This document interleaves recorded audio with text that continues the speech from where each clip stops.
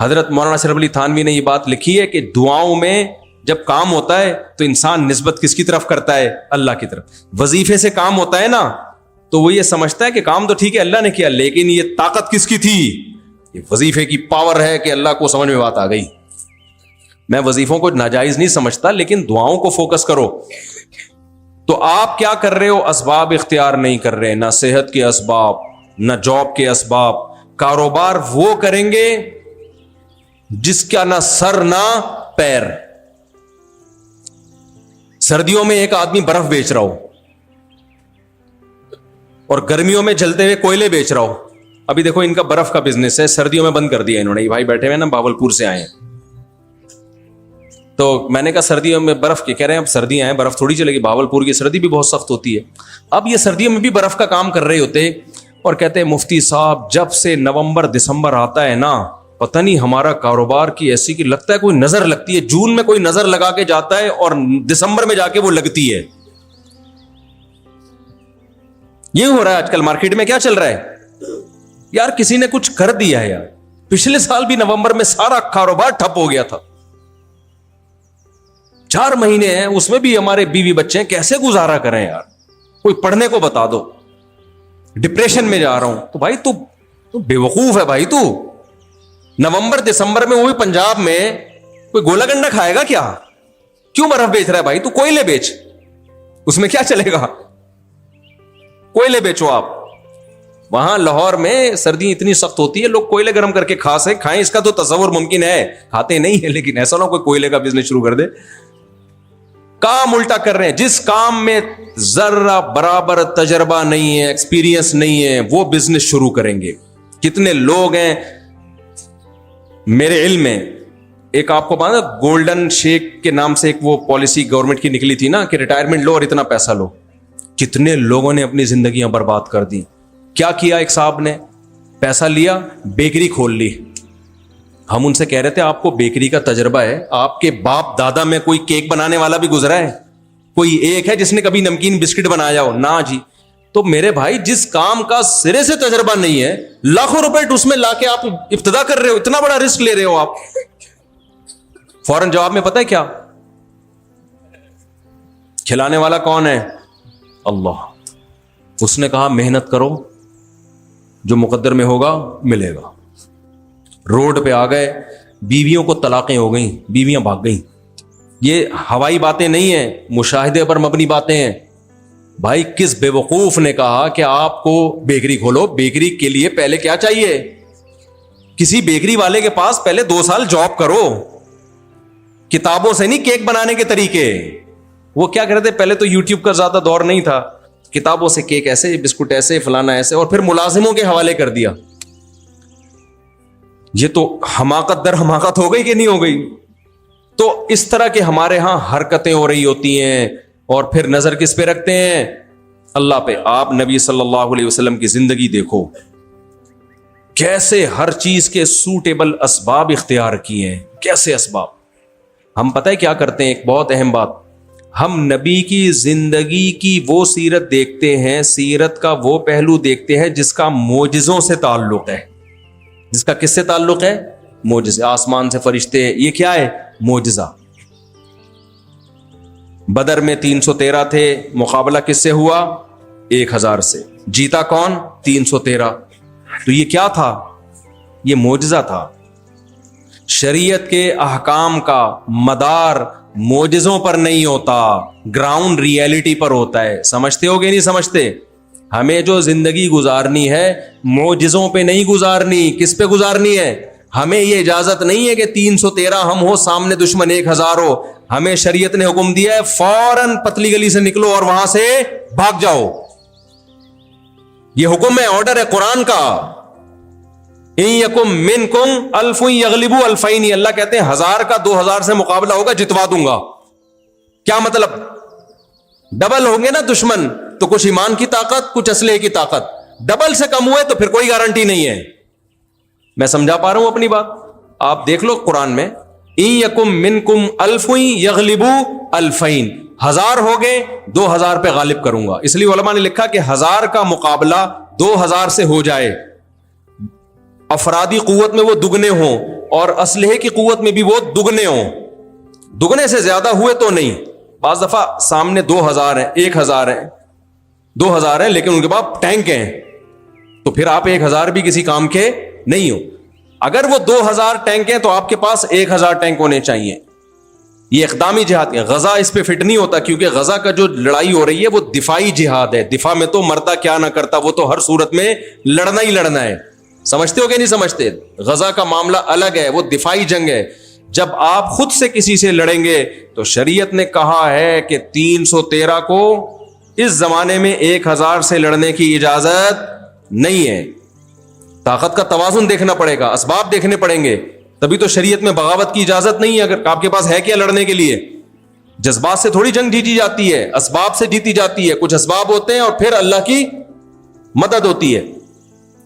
تو اب کیا ہو رہا ہے کہ نبی صلی اللہ علیہ وسلم کی آپ سیرت دیکھیں, غزوہ بدر میں بھی ہوا یہ ہے کہ نبی صلی اللہ علیہ وسلم کا لڑائی کا ارادہ نہیں تھا, ورنہ 313 کو 1000 سے لڑنے نہ لے کے جاتے آپ صلی اللہ علیہ وسلم. نبی صلی اللہ علیہ وسلم کا ارادہ تو ایک تجارتی قافلہ جا رہا تھا, اس پہ حملہ کرنا تھا.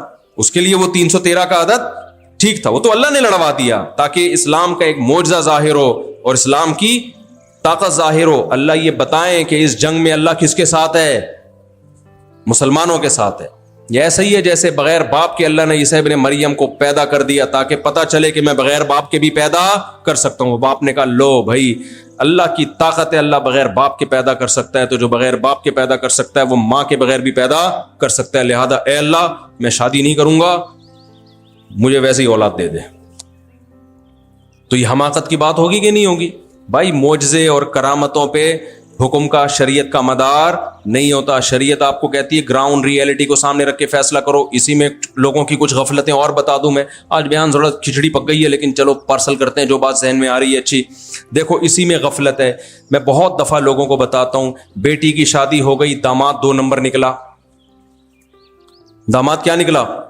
نشئی نکلا, مارتا پیٹتا ہے, جنگلی نکلا. اب آپ اس کو ٹھیک ہونے کے لیے ایک ٹائم دے دیں کہ بیٹا تمہارے پاس ٹھیک ہونے کے لیے اتنے دن ہیں. لوگ کیا کرتے ہیں 10 سال 15 سال.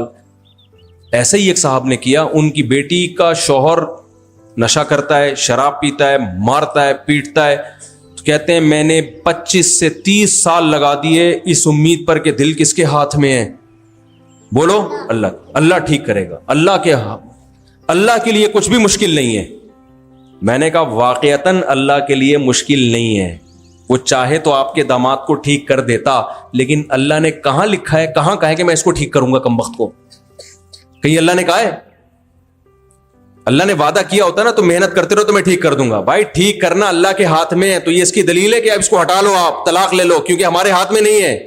تو جو کام اللہ کے ہاتھ میں ہے تو ہمیں کیا پتا اللہ وہ کرے گا کہ نہیں کرے گا. سمجھ میں نہیں آ رہی میرا خیال ہے بات. تو ہم تو گراؤنڈ ریئلٹی کو دیکھ کے فیصلہ کریں گے. بھائی 2 سال ٹھیک ہونے کے لیے بہت ہوتے ہیں, ٹھیک ہو گیا صحیح ہے, نہیں تو خلا لیا جائے گا, اس سے علیحدگی لی جائے گی. تو ان کی بچی دماغی توازن کھو بیٹھی تھی, پھر آئے تھے مشورہ لینے کے لیے کہ اللہ ٹھیک کرے گا کہ نہیں کرے گا, آپ کی کیا خیال ہے؟ میں نے کہا اللہ نے اس کو ٹھیک کیا نہیں کیا, تمہاری بچی کو اللہ نے تمہاری حماقتوں سے پاگل کر دیا ہے, اور اس کا اللہ قیامت میں تم سے حساب لے گا کہ سب اس کے ذریعہ کون بنے ہو؟ تم بنے ہو. تو خوب سمجھ لیں, اعتدال شریعت میں اسی کا نام ہے کہ جو چیز آپ کے اختیار میں نہیں ہے اس کے پیچھے مت پڑو, اور جو چیز اختیار میں ہے اس میں کوتاہی مت کرو, جو بھی ہو جائے. قرآن کے الفاظ دیکھو, یا ایھا الذین آمنوا لا تکونوا کالذین کفروا وقالوا لاخوانہم اذا ضربوا فی الارض او کانوا غزا لو کانوا عندنا ما ماتوا وما قتلوا. کیسے زبردست الفاظ ہیں. آپ جب سفر پہ نکلتے ہیں یا کہیں لڑائی ہو, جہاد پہ نکلیں, جنگ پہ نکلیں اور مارے جائیں, تو فوراً دماغ میں آتا ہے نا کہ کاش سفر پہ نہ نکلتا ہمارا یہ دوست, ہمارا یہ بھائی, کاش سفر پہ نہ نکلتا.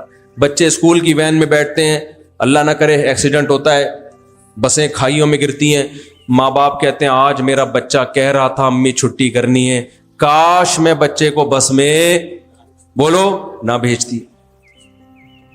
آپ نے ایک ڈاکٹر سے علاج کرایا, لوگ کہہ رہے ہیں یہ نہیں وہ والے ڈاکٹر سے, آپ نے کہا نہیں یہی ٹھیک ہے, علاج کرایا, بندہ مر گیا, آپ کہتے ہو کاش اس ڈاکٹر سے علاج, بولتے کیوں نہیں بھائی نہ کراتا. آپ کو میں نے سمجھایا 2 شادیاں سنت ہیں, لیکن جہاد کی نیت سے سنت ہیں, جب کرو گے تو پٹو گے لازمی. یہ ہو نہیں سکتا کہ شادی کرو اور ٹینشن نہ ہو.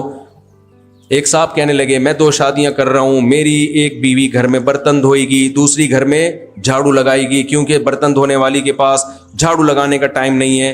میں نے کہا میرے بھائی آپ عجائب گھر میں رکھنے کے قابل ہو, آپ میوزیم میں جاؤ, میں رابطہ کرتا ہوں, میوزیم میں بہت ساری چیزیں جن پہ گورنمنٹ ٹکٹ لے کے دکھاتی ہے, آپ سے بہتر ٹکٹ, سب سے بہتر آپ ہو جس پہ ٹکٹ بکے.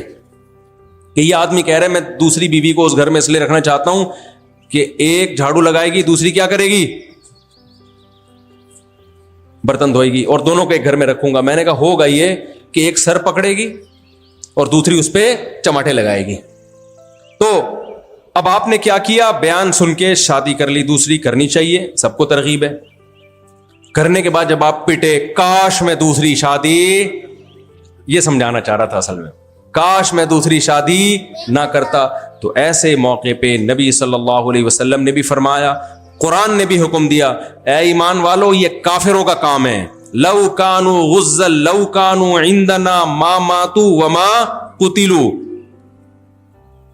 آپ سفر پہ نکلے, حادثہ ہو گیا, تو کافر کہے گا کاش نہ نکلتے. آپ جہاد میں گئے, مارے گئے, گرفتار ہو گئے, پیچھے کافر کے رشتہ دار کہیں گے کاش بولو نہ ہوتا. تو اللہ کہتے ہیں لیجعل اللہ ذالک حسرۃ فی قلوبہم, یہ اللہ کافروں کو یہ جملہ کہنے کی توفیق اس لیے دیتا ہے تاکہ ان کے جو ایک غم پہنچا ہے نا, یہ غم ڈبل ہو جائے.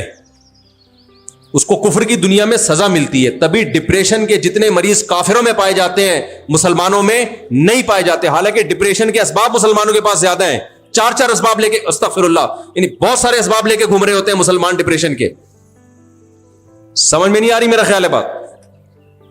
انگریز تو ڈپریشن لیس زندگی ہے, کوئی مہنگائی ہے ان کے لحاظ سے, کوئی مہنگائی ہے وہاں پہ.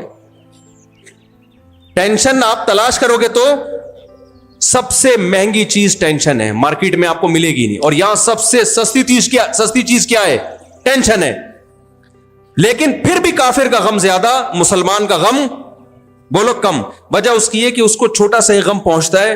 تو اللہ کہتے ہیں لیجعل اللہ ذالک حسرۃ فی قلوبہم, اللہ اس کو یہ کہنے کی توفیق دیتا ہے, چاہے بزبان حال کہے یا بزبان قال کہے, چاہے زبان سے کہے یا دل میں سوچے, کہتا ہے کاش یہ نہ ہوتا تو پھر یہ ہو جاتا.